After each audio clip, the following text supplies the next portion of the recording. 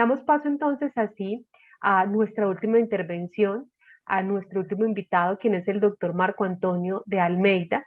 Él es licenciado en Ciencias Sociales por la Universidad de Sao Paulo, con maestría en Sociología por la misma institución, doctor en Ciencias Sociales por la Universidad Estadual de Campinas, en el área de Cultura y Política.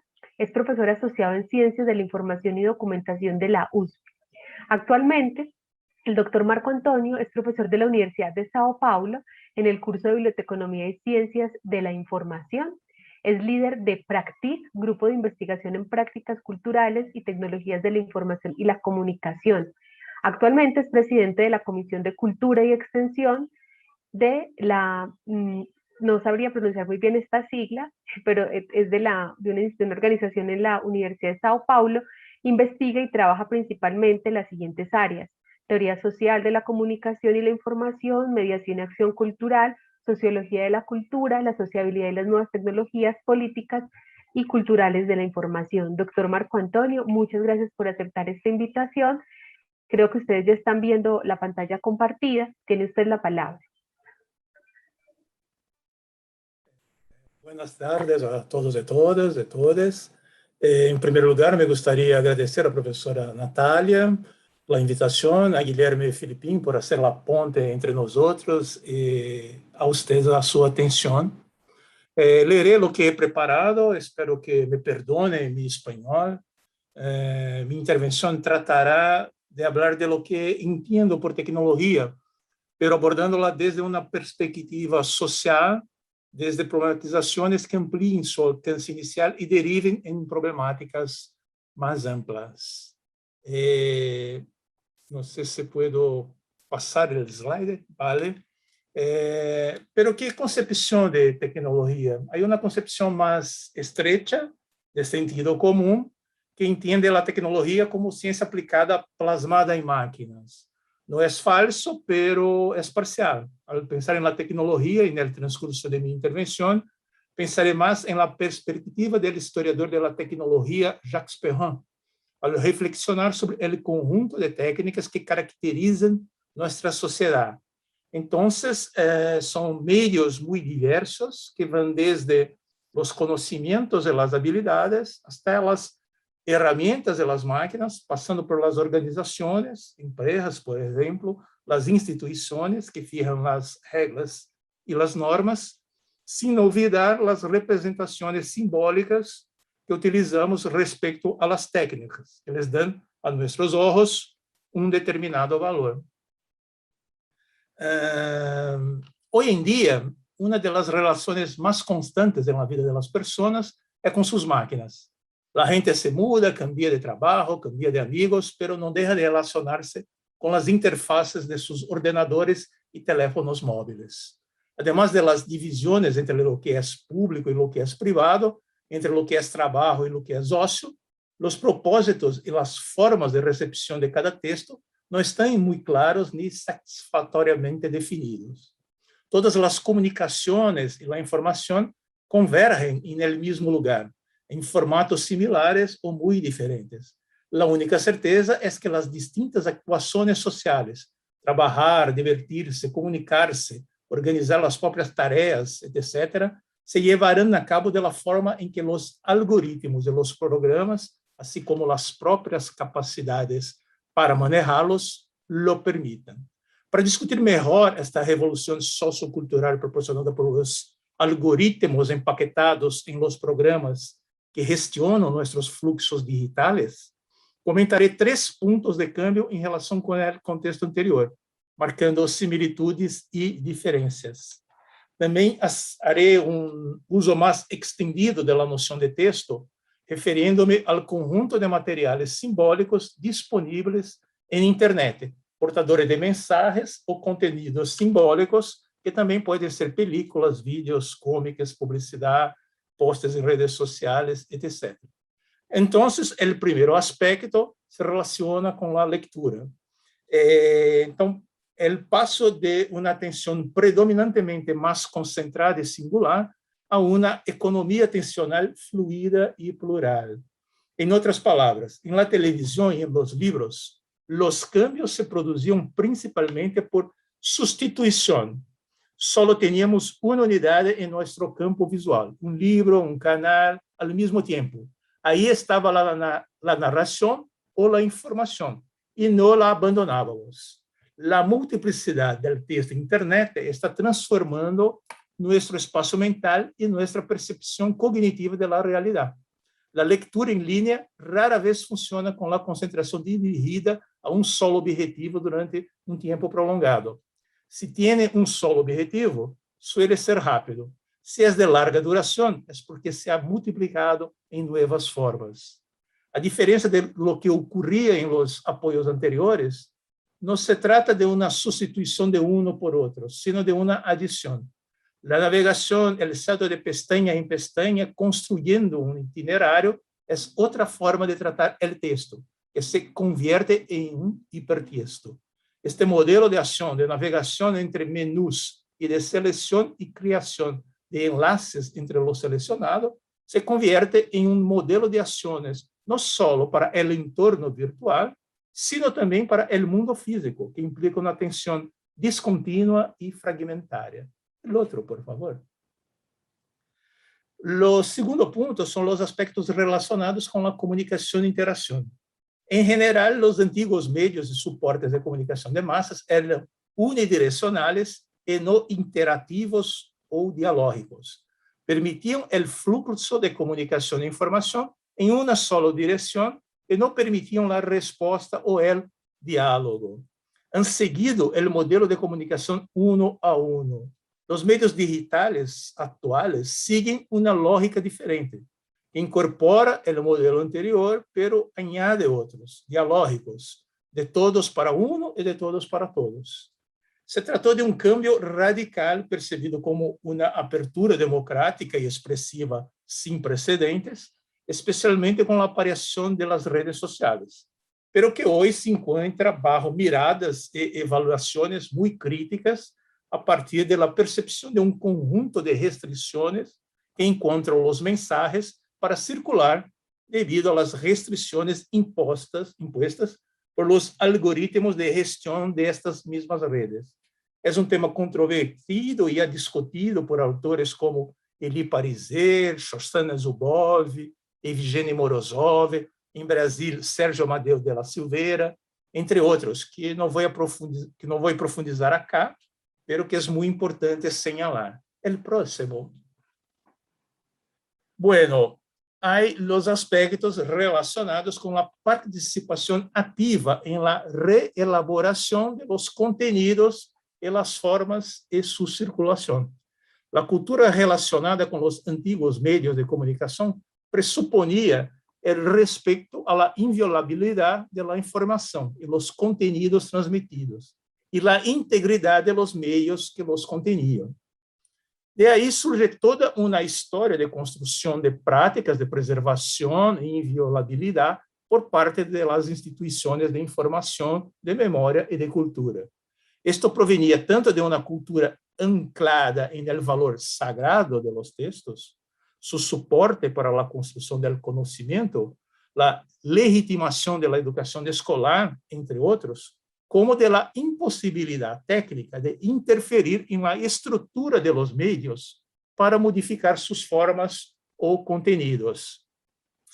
Isto é evidente em el caso do audiovisual, onde a tecnologia de produção e circulação estava muito alejada de los sujeitos, pero também em el caso do livro e la cultura impressa. Aunque pudiera subrayar, marcar, garabatear um livro impresso para uso personal, a circulação dessa cópia, se se produjera, seria tão menor que não afetaria a recepção coletiva da obra ou do texto. Ou, no limite, se fizer esta intervenção dentro de uma instituição de informação, uma biblioteca, por exemplo, correria o risco de ser sancionado por vandalismo ou algo assim. Assim, as instituições de informação han tenido que ocupar-se, principalmente, a lo largo de los siglos, de questões de almacenamento, conservação, organização e circulação da informação e do conhecimento, e muito menos de questões de interferência e modificação da informação e do conhecimento. A situação que vivimos hoje é bastante distinta neste aspecto, E aqui poderíamos tomar a famosa frase de Lavoisier: em la naturaleza nada se crea, nada se pierde, todo se transforma, sustituindo a natureza por la cultura. Se a cultura está hecha por todo o que el hombre crea, podemos imaginar que todo o que se creou dia será utilizado, ou rehecho, recreado em algum momento. Se trata de uma premissa que sempre ha estado presente nos procedimentos artísticos, como o estilo, a referência, o metalinguaje, pero que hoje se extiende a um universo cultural mais amplo, sendo a base da chamada cultura del remix. Durante o processo de composição ou recomposição, del collage, del bricolage, el muestreo, a leitura se realiza de forma fragmentada, flanqueada por fragmentos que podem iniciar, desarrollar ou completar o texto que se está produzindo. Cortar e pegar trabalha a simultaneidade e a dispersão.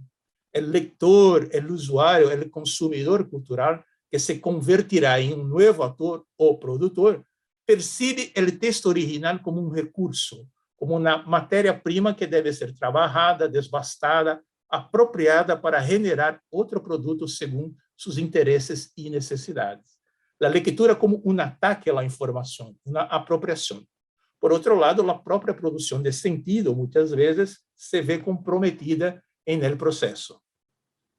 Quando falamos de apropriação, la entendemos basicamente como a prática de utilizar algo produzido por outro, uma pessoa, um grupo, uma instituição, com o fim de proponer, mostrar, apresentar esse conteúdo associado a uma nova autoria ou intenção, em uma escala que pode variar desde vários grados de apropriação criativa hasta el plágio absoluto, em função de interesses estéticos, sociais, políticos e econômicos.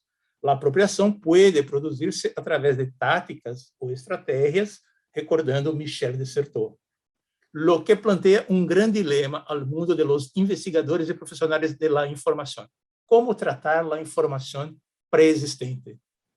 E no terreno de la web, la cultura digital contemporânea, o reciclaje é uma constante.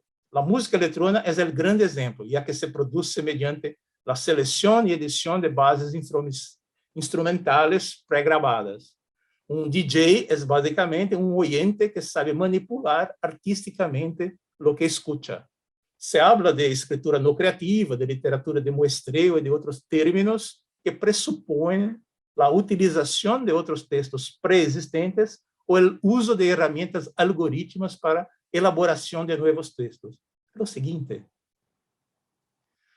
um bom exemplo deste tipo de manifestação artística é a série 3 poemas feitos com auxílio do Google, criada por Angélica Freitas. Não hace poemas em homenagem a Google, inspirando-se em algo que viu em Google, sino que utiliza o algoritmo de Google como procedimento de escritura para seus poemas. Al teclear uma frase em el quadro de búsqueda de Google, como, por exemplo, La mujer quiere, título de um dos 3 poemas, cria uma restrição para todo o que encontra e transformará em verso, actuando como uma espécie de comissário e artista ao mesmo tempo.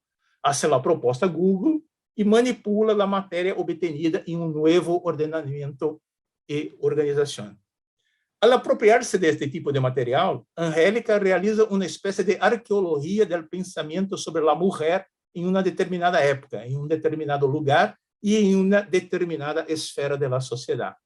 As frases publicadas em internet, hechas em verso por Angélica, demonstram o absurdo de pensamentos que, em seu contexto original, provavelmente não foram pronunciados como bromas, sino como opiniões generalizadoras em torno à figura de la mulher. Angélica aplica assim o détournement, uma desviação, sendo que o discurso montado por ela se vuelva contra os originais, utilizando-los para ser oposição a eles. Não devemos olvidar que a tecnologia cambia o comportamento das pessoas em la mesma que, por sua mera existência, proporciona formulações concretas para a imaginação humana. Volvendo ao poema de Angélica Freitas, podemos perguntar-nos, aunque todos os usuários puedan utilizar os mesmos procedimentos, quantos pensaram em hacerlo e, ao pensá-lo, tiveram a mesma felicidade estética e ou agudeza crítica? Creado há aproximadamente uma década, hoje este procedimento circula por las redes sociais, popularizado como um pequeno jogo mais proposto a los internautas. Participar Don em um juego. Marco, sí, en 3 minuticos debemos estar cerrándoles. Participar em um juego é uma forma de interação, de manejar os recursos da internet e as redes, e de alguma maneira modificar conteúdos pré-existentes, mas de uma forma muito menos criativa e crítica que a proposta inicial. Pero quantas pessoas levam a cabo realmente esta interação mais ativa, ainda que pouco criativa com as redes? Os dados de CETIC, que é um instituto de investigação em Brasil, nos fazem reflexionar. Pode ser o próximo? O próximo slide, por favor. Sim. En el primer gráfico, el dato importante es el porcentaje de personas que publicaron su propio contenido en Internet, 27%. El próximo. El segundo gráfico muestra la diferencia entre clases sociales en cuanto al acceso a contenidos de pago. Y en el último gráfico muestra, dentro de este 27% de participación, el peso de los factores de clase social y educación em relação com a publicação de conteúdo próprio. Observamos que as habilidades para manejar os recursos tecnológicos que facilitam o acesso, a apropriação e a ação em los fluxos de informação e comunicação variam segundo o nível de educação da classe social. E também, por supuesto, os fatores de raça e gênero, os clivagens que vemos no mundo presencial se reproduzem em internet e, ao igual que no mundo presencial, é de suponer que a capacidade de ler e compreender texto é muito baixa. Ao menos esta é a realidade em Brasil. Temos, então, um entorno propício para a manipulação da informação pré-existente por parte de uma minoria experta em um fluxo de comunicação de todos para todos, que dá lugar a fenômenos curiosos e cômicos, como os memes, ou a fenômenos extremamente graves e com potencial disruptivo social, como as fake news. Esto seria tema para toda uma conversação, como vosotros sabeis. Pode pular este slide, o próximo. Yuki Ui é um pesquisador chinês que habla de la tecnodiversidade, ou seja, recontextualizar a tecnologia moderna a partir de diálogos transversales entre diferentes culturas com respeito a los pontos de vista de la alteridade e o respeito à natureza. Pode passar? Há alguns exemplos de tecnodiversidade, de apropriação das tecnologias que não vou falar agora. Um é este de mapeos culturais, o próximo é de la produção cultural, são coisas muito interessantes que acontecem em Brasil. E, para concluir, o próximo a disputa por internet é uma disputa tecnopolítica por la formação de cosmovisões, a participação política e cultural em redes, sua apropriação e incorporação à la cotidianidade presencial é estratégica e fundamental para a construção de uma democracia efetiva que permita a distribuição da informação, da cultura e do conhecimento produzido socialmente. Sin embargo, as diferenças socioeconômicas que restringem as práticas presenciais também limitam as experiências no mundo online. As políticas públicas culturais e as ações de infocomunicação são mediações estratégicas, parte fundamental do debate sobre cultura, território e direitos, por el potencial para corrigir assimetrias estruturais historicamente construídas e a necessidade de dialogar e redefinir políticas de inclusão social e digital. É isto. Perdão por ultrapassar um pouquinho o tempo.